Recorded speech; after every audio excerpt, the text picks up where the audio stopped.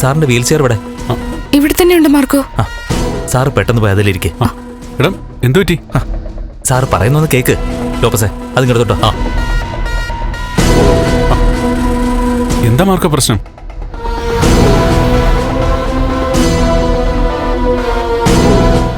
അല്ല സാറ് പെട്ടെന്ന് അതിലോട്ടിരിക്കെ. അത്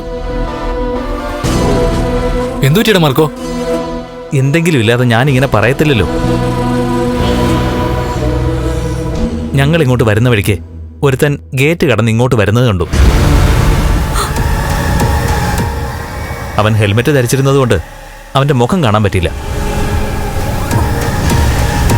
സാറ് നടക്കുന്നോന്നറിയാൻ വേണ്ടി ആരോ വന്ന പോലുണ്ട്. ഇന്നിവിടെ സാറിന്റെ വെഡിങ് ആനിവേഴ്സറി നടക്കുന്നുണ്ടെന്ന് പലർക്കും അറിയാം, പ്രത്യേകിച്ച് ആ മേഘന്. അതറിഞ്ഞു വെച്ചിട്ട് അവൻ ആളെ വിട്ടതായിരിക്കും.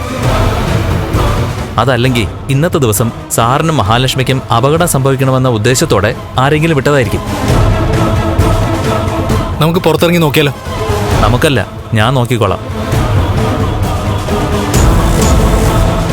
ഇവിടെ കാര്യങ്ങൾ നടക്കട്ടെ. അവൻ എന്തായാലും പിന്നാമ്പുറത്ത് കാണും. ജനാലയിലൂടെ അകത്തേക്ക് നോക്കാനോ അല്ലെങ്കിൽ തുറന്നു കിടക്കുന്ന ജനാലയിലൂടെ നിറയൊഴിക്കാനോ ആയിരിക്കും അവൻ വന്നിരിക്കുന്നത്.